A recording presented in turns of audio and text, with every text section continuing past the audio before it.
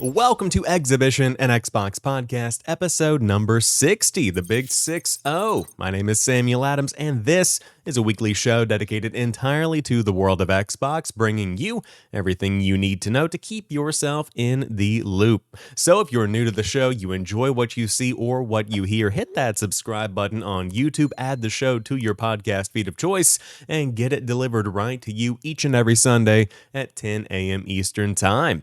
But today, we don't have too much big gaming news to dive into. It was kind of a quiet week on the home front, but I am going to be talking about some of the big releases coming out this week. We have Dusk Falls, as well as Forza Horizon 5's first big expansion, the Hot Wheels expansion. Very excited to see that, and we have a first look at the map you can expect to play when that DLC drops. It looks pretty good, I must admit. On top of that, a cool collector's edition is coming out this December that I have pre-ordered. I wanted to kind of share what that includes. We haven't talked about this game much on the show, and that is the Callisto Protocol. Very cool stuff there. And additionally, we'll be digging into Goldeneye, not releasing right now, Red Dead Redemption 2, not getting a next-gen port, and more. It's going to be a pretty good laid-back conversational show, so I hope you guys enjoy. But without further ado, let's go ahead and dive into it. 2022 has been a strange year for games because on the PlayStation side, you have a few big releases scattered throughout the year. Specifically in January, you have the Uncharted Legacy of Thieves collection, Horizon Forbidden West launched in the spring, and then this fall you have God of War Ragnarok. On the Xbox side of things, we don't really have any kind of big AAA games that are coming out that you look to and say, that's going to be the console seller for this holiday season. I think that we can all say Game Pass is still the biggest draw for people to get an Xbox. But 2022 is much like 2020 for me, and that's that while there were some big games that came out in 2020, like Assassin's Creed Valhalla, 2022 has afforded me the opportunity that I had when the Xbox Series X first launched, and that is to dig back into the backlog. Dig into some of these next-gen enhancements. Check out some of this DLC. Check out some of the smaller indies that are hitting Game Pass on basically a weekly basis. I don't mind not having a big AAA release this year because this gives me the opportunity to take a deep breath and say, okay, it's time to go back. And so one game I've been spending a ton of time with over the past couple of weeks is Children of Morta. I wanted to give a special shout out to that one because I probably put about 20 hours into the game so far. And while it did leave Game Pass on July the 15th, I went ahead and picked up the complete edition for $20 with that 20% discount you get from Game Pass. And I absolutely adore the game. It is phenomenal. It's got some dungeon crawling mixed with some roguelite. I love it to death. And I said it on Twitter. I'll say it again here. If Children of Morta had come out in 2022, it would probably be my game of the year right now. And so that's saying something because there have been some really solid games to hit Game Pass and gaming in general in the year. So definitely check that one out if you have not already. But when it comes to what's coming out in the short term, we have two big releases this week. One a new game, one which is a DLC. So the first is As Dusk Falls. Now this one's kind of controversial for a lot of people because of the art style that it presents. It's kind of like this comic book painted aesthetic, and for me personally, I absolutely adore it. And so what this is, from my perspective, is kind of like a more mature Telltale. Because with Telltale, you've got some gameplay elements mixed in there. Obviously, when you look back at like the earlier Walking Dead stuff, it's narrative driven, but it still has kind of a kiddier kind of gameplay feel to it, or a gameplay aesthetic, I should say. And so with As Dusk Falls, it's much more artistic. I think that it's much more grounded in reality, and that's something that I'm looking forward to experiencing. Uniquely, As Dusk Falls, and I have not played this hands-on, so my experience could vary when the actual game comes out, but As Dusk Falls gives you the opportunity to make a lot of choices that impact characters in monumental ways, but it gives you the opportunity to kind of dig back into the choices you made and see what would have happened if you had chosen something else. See how your choice impacted the characters without having to dig through a YouTube playthrough of the other choice or go into guides or anything like that. And I think that makes this game more accessible because once your choices have been made, from what I hear, it makes it very easy to dig back into the story itself and kind of pick up where you want and to see what would have happened if you had gone one route or another. This is something that I think is very appealing to me personally, as somebody who has gone from wanting the action-packed Call of Duty kind of gameplay to someone who wants the more narrative-driven, mature adventures. I think this is going to be a nice breath of fresh air. And of course, this is one that is going to be launching on Xbox Game Pass on day one. Awesome stuff. You love to see it there. But it's certainly one that I think everybody should keep their eye on because I think that this could be a big award winner when it comes to these narrative games, when it comes to story. This is not something that is meant to compete with Call of Duty Modern Warfare 2. Not the original, but the new one. This is not something that's meant to compete with these big Elden Ring-esque games, but this is something that is certainly going to be digging into that art side of gaming in a very, very big way. So certainly excited about that one.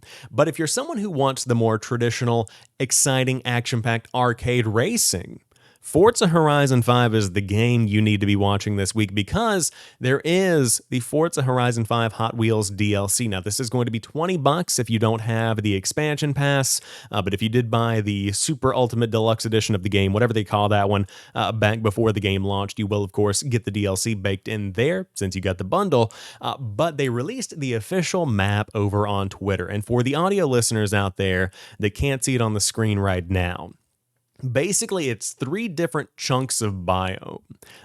You have winter, I should say snow.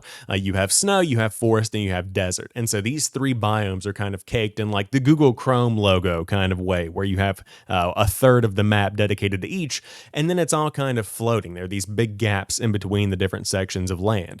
And so connecting everything is this layer of Hot Wheel track. And it all kind of comes together in this spiderweb kind of formation, and there are plenty of loops and curves and tunnels and big pipes and things like that. This, I just look at, and I know it's going to be a good time. This looks so fun.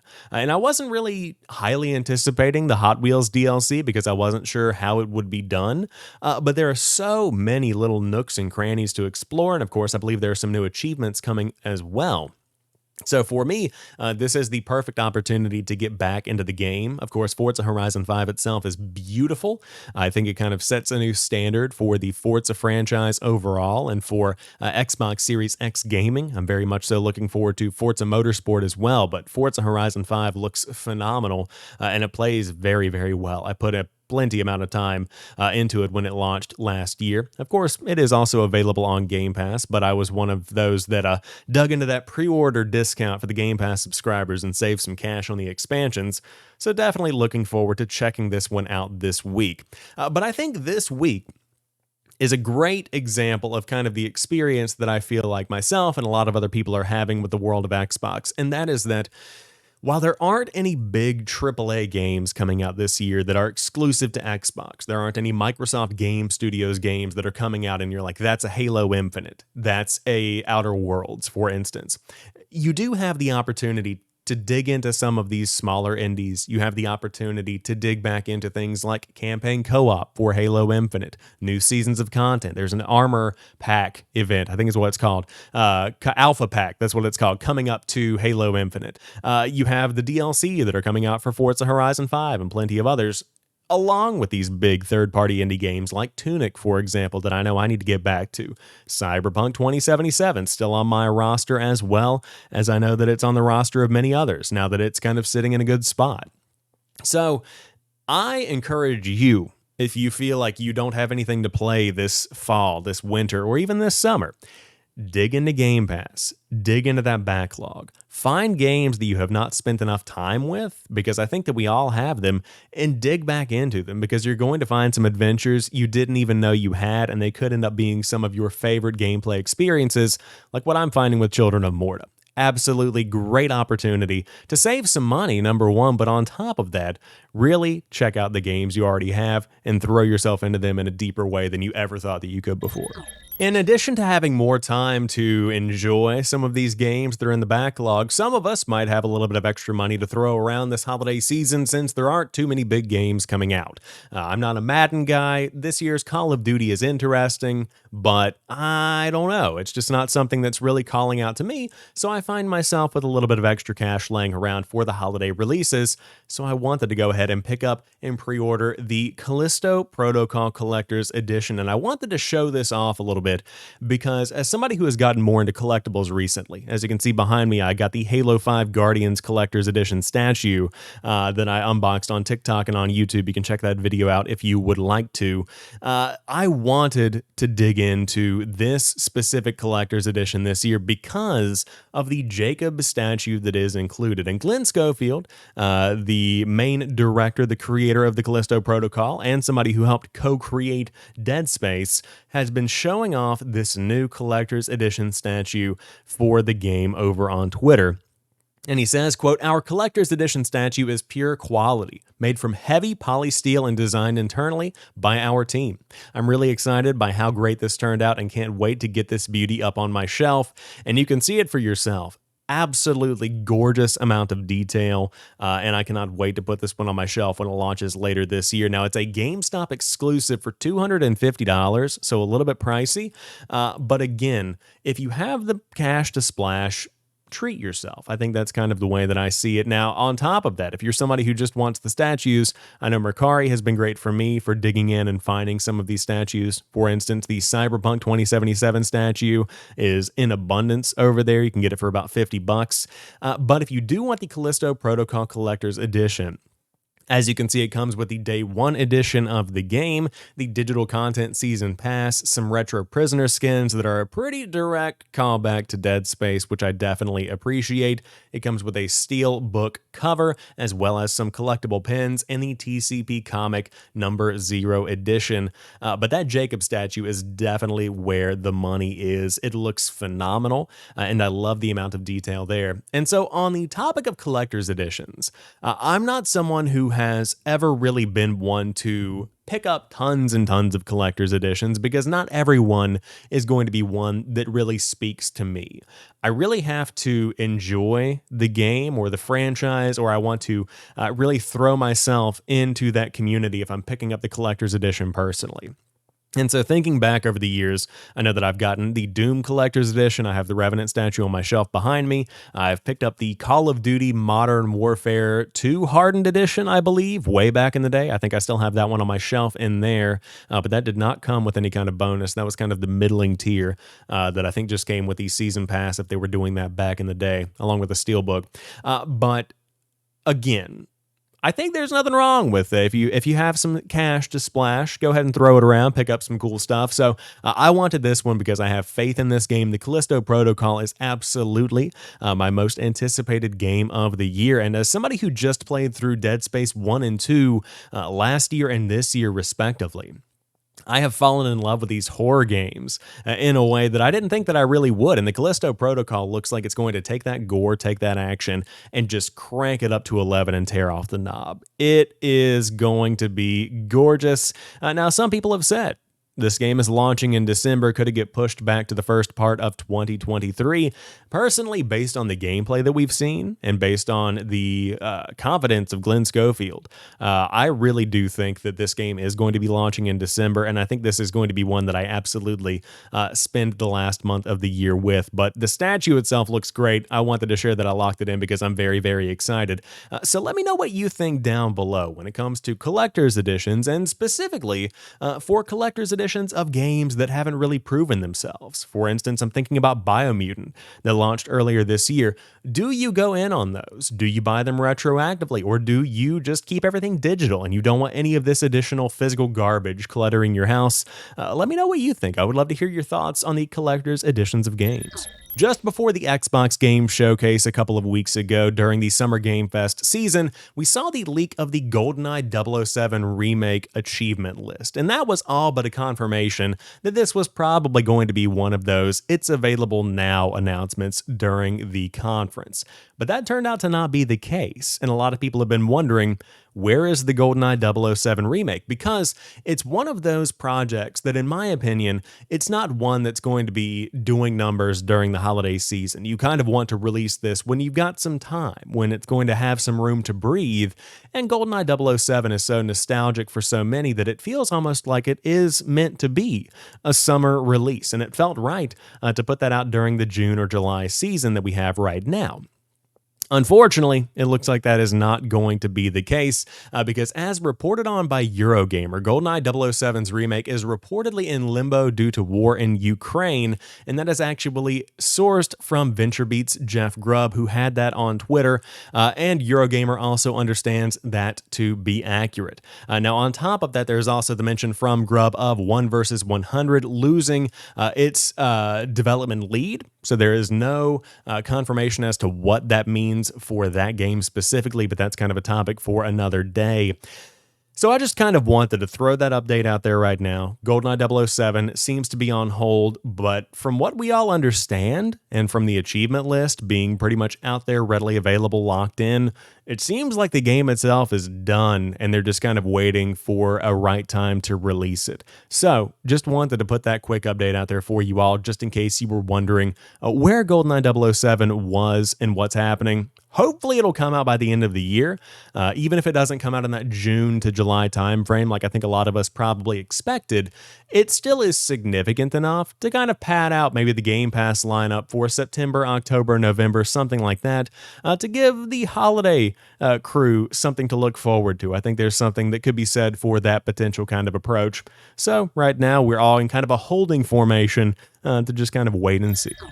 Now, on last week's show, we talked about how Rockstar is shifting almost all of their development resources to Grand Theft Auto 6, which of course is going to be making some money for the team. It makes sense for them to throw a lot of development resources behind that, but at the same time, that is coming at the cost of other projects. Specifically, a Red Dead remaster and a Grand Theft Auto 4 remake are both now on hold indefinitely to focus on the development of Grand Theft Auto 6. And on this week, we also saw the announcement that Red Dead Online would not be getting any more significant updates, which is pretty much the final nail in the coffin for that game. But as reported on by VGC this week, Red Dead Redemption 2 for PlayStation 5 and Xbox Series X and S was also reportedly shelved.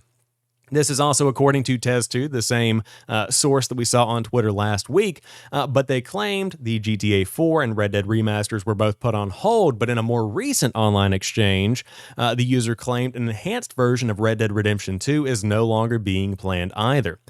That's very unfortunate because Red Dead Redemption 2 is already one of the most beautiful games that has ever been made. And when I first played that, I played it on the PlayStation 4 Pro.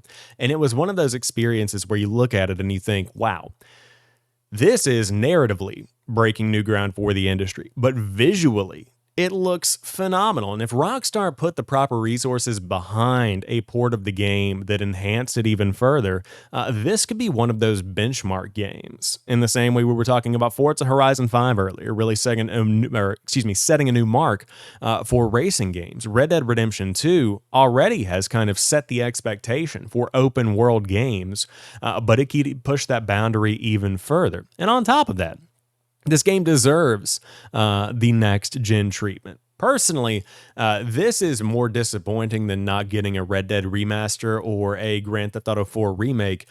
I think that Red Dead Redemption 2 is, in my opinion, as somebody who doesn't have any kind of development experience, the easier win here because it's a more recently developed game. You can work on transferring it over to the next hardware, maybe some enhancements here and there, but this is something they should absolutely look at, and I hope that maybe after Grand Theft Auto 6 launches, they could potentially re-release this game on the Xbox Series X and S. I personally think that maybe Rockstar is going with this kind of generational approach to their games where, yeah, maybe we'll release it in the future like we saw with Grand Theft Auto 5 coming to the PlayStation 4 and the Xbox One, and then also coming to the PlayStation 5 and the Xbox Series X and S, but I don't know that Red Dead Redemption 2 is ever going to hit that same milestone of Grand Theft Auto 5 where it makes fiscal sense to put those resources behind it in a very, very big way. Of course, super successful game, but is it on that same level as Grand Theft Auto 5? Not really. But I wanted to share this update with you all to say I want this to happen. If you haven't played Red Dead, it's on sale right now. Redemption 2 is specifically phenomenal, and you should totally dive in and check it out. But at least the game is backwards compatible, the original Red Dead and Red Dead Redemption 2, of course. So that is something that I guess is a small win, but I would still love to see that next gen beefed up enhancement. That's definitely where it's at. To round out today's show, I did want to remind you all that the Xbox Ultimate Game Sale is happening right now. This is not promoted, not hashtag sponsored, just some good deals out there waiting for you all. And this is running from July the 15th all the way through July 31st. And this is the equivalent of the Steam Summer Game Sale if you're on the PC platform, where you can just get some really, really good deals on some top games. Now, over on Windows Central, they do point out that Obsidian's The Outer Worlds is up to 75% off. That's phenomenal. You can get it for just $15, normally $60. I believe that one's also on Game Pass as well. But if you head over, you can get discounts on Dying Light 2, Destiny 2 Witch Queen. You have Rainbow Six Extraction for $25. Halo Infinite's campaign is $40. Call of Duty Vanguard, $30. The Quarry, a recent release, for $40. Assassin's Creed Valhalla, $23.99. Some very good stuff here. And of course, we just talked about it. Red Dead Redemption 2 is also $23.99. Very, very solid stuff there. So dig in, check it out. Of course, if you have Game Pass, a lot of these games might already be available to you. But for those that don't have Game Pass, by all means, dive in, scour the store, find some stuff to add to your cart. I know that in the past couple of months, we've seen Microsoft giving away $10 gift cards as well, just kind of dropping them. I was blessed to receive one myself, so I threw that at, I believe, some DLC for a game a couple of weeks ago. But so many options here and so many good deals as well. And like I said, up to 80% off. I think that the biggest standout to me personally is that discount on Dying Light 2. That's, of course, one of the biggest games of the year. But you can go into the web version of the store, sort from price low to high, get some good deals, percent off. You can also sort by that. XCOM 2 collection, for instance, is normally $100 on sale for $9.99. Solid stuff there. Wasteland Remastered, $1.49, normally $14.99. Very, very cool stuff. That's up to 90% off, by the way. Looks like some false advertising on the header there on the landing page itself. But hey, enough shilling from me. If you want to get some good games, you certainly can, and you can get them at a very good price over on the Xbox Ultimate Game Sale this summer. But that wraps up this week's episode of Xhibition, an Xbox podcast. If you enjoyed the show, you're new here, and you like what you saw or what you heard, hit that subscribe button and keep coming back each week at 10 a.m. Eastern Time every single Sunday to get everything you need to know from the world of Xbox. Of course, it's right in the middle of the summer season, very exciting weeks ahead, and it's a very busy one for me. I'm getting ready to dive into a move out of one apartment and into another, so things are going to be very hectic here coming up for me. But hey, we always find time to enjoy some conversation, play some games, and really dig in and have a great time. So thanks for tuning in. As always, I appreciate each of you that have been watching the TikToks, the YouTube Shorts, and of course, this podcast itself. You guys make my week every single time, and I really do appreciate it. But until next time, you guys have a fantastic rest of your week. I'll talk to you soon, and keep on playing.